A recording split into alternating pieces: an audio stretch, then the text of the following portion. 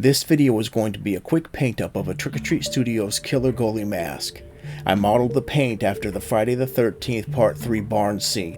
Although it's not exactly screen accurate, I had a great time with the paint up and making the video. Hopefully you enjoyed it as well. Let's get into it. The first thing I did was went to Etsy and got some Part 3 chevrons from the Big Hush Stuff Etsy shop. Next I went to the Horror Effects Design Etsy shop and got some high quality fully adjustable straps. And as far as the main paint scheme goes, after sanding I went with the flat gray Rust-Oleum primer, and then I went with the satin meringue Krylon paint primer combo. And then I sealed the whole thing up and gave it that Part 3 shine with some Rust-Oleum gloss clear coat. And I used Country Tan by Apple Barrel to give it a little bit of dirt. And those are the main materials that I used for this project. So here I'm just removing the rivets that held in the old strap.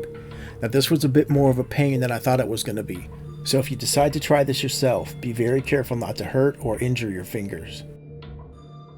And now I'm just roughing up the mask with some 320 grit sandpaper to get it ready for paint.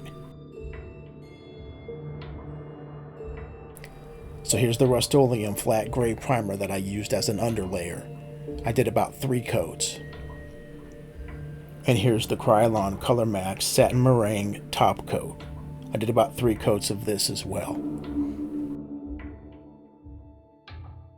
And then after letting all that cure, I took a pencil and drew in where I wanted to make the damaged scratches.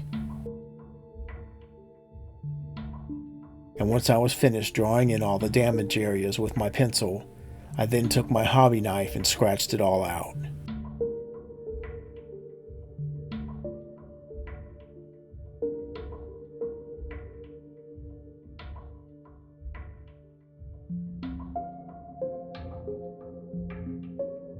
And then here I decided to use some sandpaper to damage up the nose. Then after that, I took my sandpaper and made some miscellaneous damage scratches throughout the mask.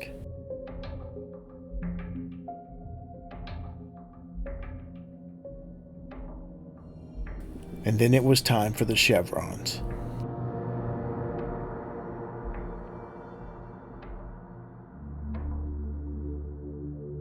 Next I took my Country Tan by Apple Barrel and put just a little bit of dirt all over the mask to kind of blend in the scratches with the dirt. Next I added 4 coats of Rust-Oleum gloss clear coat. And then came the straps. Here I'm just adding the 5 under buttons that came with my pre-made straps that I purchased off of Etsy from a seller named Horror Effects Designs. And here I'm just gunking up the 2 snaps that will be left bare with some Apple Barrel acrylic paint. And then I took my clear coat and gave them a couple of sprays. And last but not least, I'm finally adding the straps to the mask. Now let's get into some showcasing shots and call this video finished.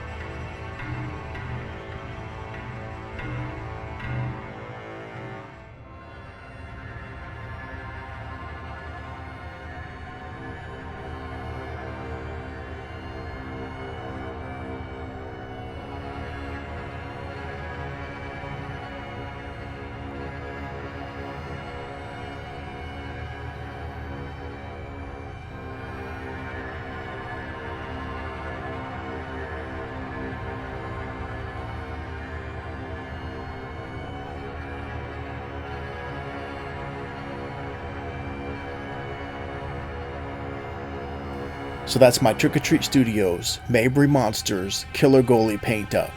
I hope you enjoyed the video, and thank you for watching.